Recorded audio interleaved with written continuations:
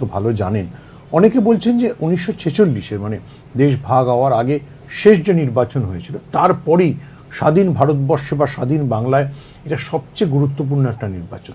আপনিও কি সেটা মনে করেন? অবশ্যই, কারণ এখানে বাঙালি আইডেন্টিটিটা এইটা খুব ক্রাইসিসের মধ্যে, সংকটের মধ্যে রয়েছে। কেন এটা বলছেন? কেন এটা আমরা দেখতে পাচ্ছি যে বিভিন্ন জায়গাতে বাঙালি বলে, বিশেষ করে গরিব বাঙালি, আমরা কিন্তু আমাদের সময় যেহেতু আলাদা স্কুল ব্যবস্থা একটাই ছিল, গরিব বড়লোক সবাই একই স্কুলে আমরা পড়েছি। আমি যে স্কুলে পড়েছি এবং তুমিও সেই স্কুলে পড়েছো, হিন্দু স্কুল, সেখানে কিন্তু আমরা ভাগাভাগিটা জানতাম না, কে কি কাস্ট, কে কি, আমরা একসঙ্গে পড়েছি।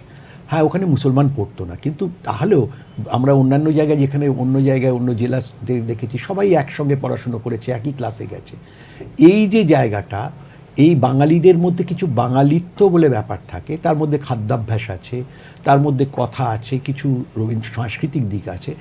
এই যে জায়গাটা, এই জায়গাতে যখনই একটু নিম্ন স্তরের নিম্ন স্তর বলবো না, নিম্ন বর্গের মানুষ যখন বিভিন্ন জায়গায় যাচ্ছে, বিশেষ করে পরিযায়ী শ্রমিক, অনেকে বলতে পারে ভদ্রলোক বাঙালিদের তো কিছু হচ্ছে না, কিন্তু এটাতে মনে হয় সেই কথাটা যেটা নাৎসি জার্মানিতে হয়েছিল, যে এখন তোমার হচ্ছে না, আমি তো খুব বেঁচে গেলাম, এর হচ্ছে, তার হচ্ছে। আপাতত একটা পরিযায়ী শ্রমিকদের হচ্ছে, এরপরে যে তোমার উপর হবে না তার কি জানে না।